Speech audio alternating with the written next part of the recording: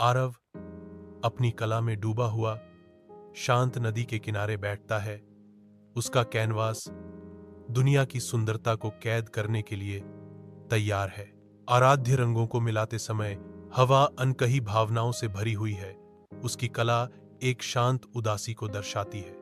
एक धुंधली सी छाया आरव की नजर में आती है, एक रहस्यमय आकृति जो एक भूत की तरह प्रकट होती और गायब हो जाती है। उसका ध्यान कैनवास से रहस्यमय आकृति की ओर जाता है। जिज्ञासा उसकी कलात्मक आत्मा में एक चिंगारी जलाती है।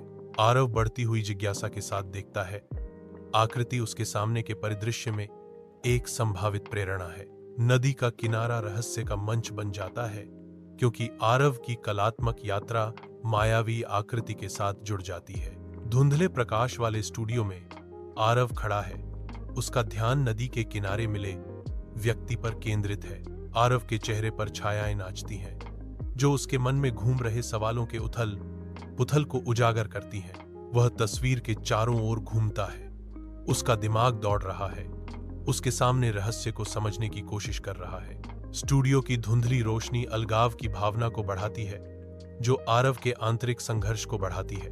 वह हाथ बढ़ाता है।